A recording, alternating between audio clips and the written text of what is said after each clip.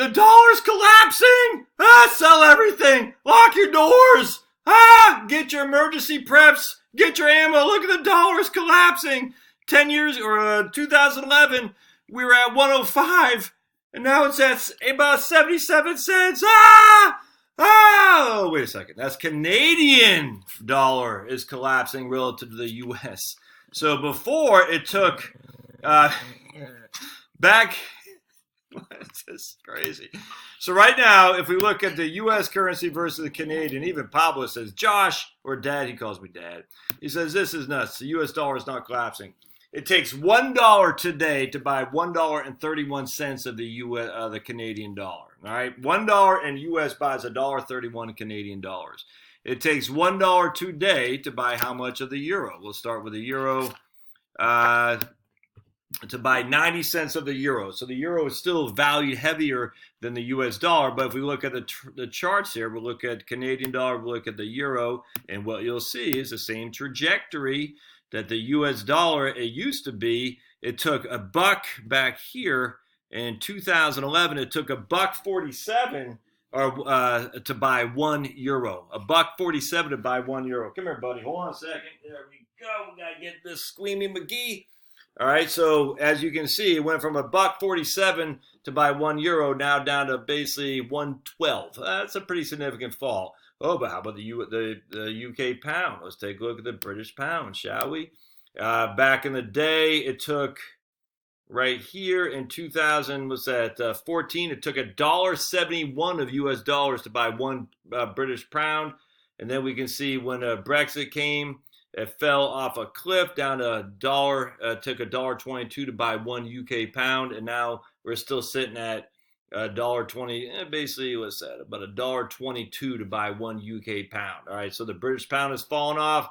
The US dollar certainly has not. How about the China? Let's take a look at the Chinese. What's it called? The yuan, I think. Is it even in here? Indian rupee, Australian dollar. Where's it? China down here. It's called the yuan, if memory serves. Right there, Chinese yuan. Let's take a look at this. And we will see the same thing here. In 2000, let's see.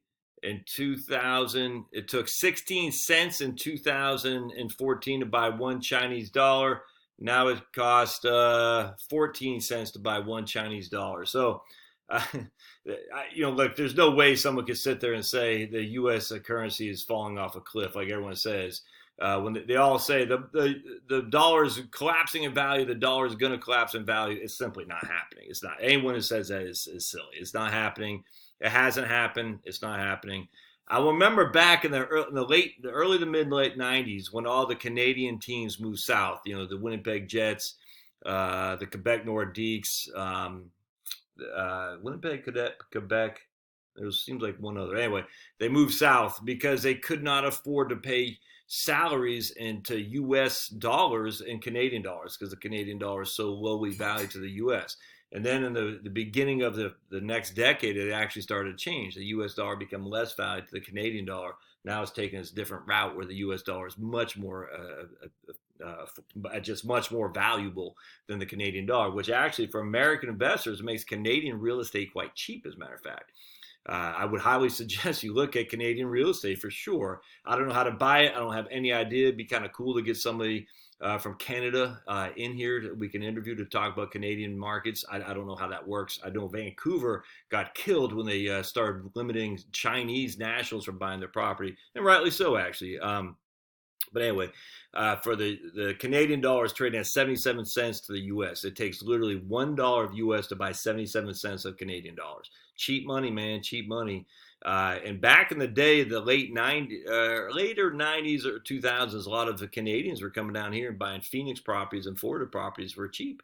One of the reasons the run-up that we had right before the great crash, because the Canadian dollar is so much more valuable than the U.S. dollar. Those folks up in Canada would come down and buy their stuff cheap, and now it's the exact opposite. So anyway, something to think about. The dollar is not collapsing. My goodness, man. People who say it is are just... Now, some people say, the same naysayers who say the dollar is collapsing, who say, okay, well, it's not collapsing, but it's just the best of a bad situation. Well, that's true. That doesn't mean it's collapsing. It's different to say it's the best of a bad situation. You know, everybody is a redhead stepchild. We just happen to be the the most attractive redheaded stepchild. That is true, but that's not the same as saying the dollar's collapsing, as the naysayers are. They say, the naysayers, the dollar's collapsing. Ah, buy gold. It's not collapsing. Well, we're just the best of an ugly, freaking redhead stepchild. Okay, well, we're still the best. Again, it's Tina. There is no alternative. That's what it comes down to. All right, we'll see you guys. Pablo says, USA in your face, baby.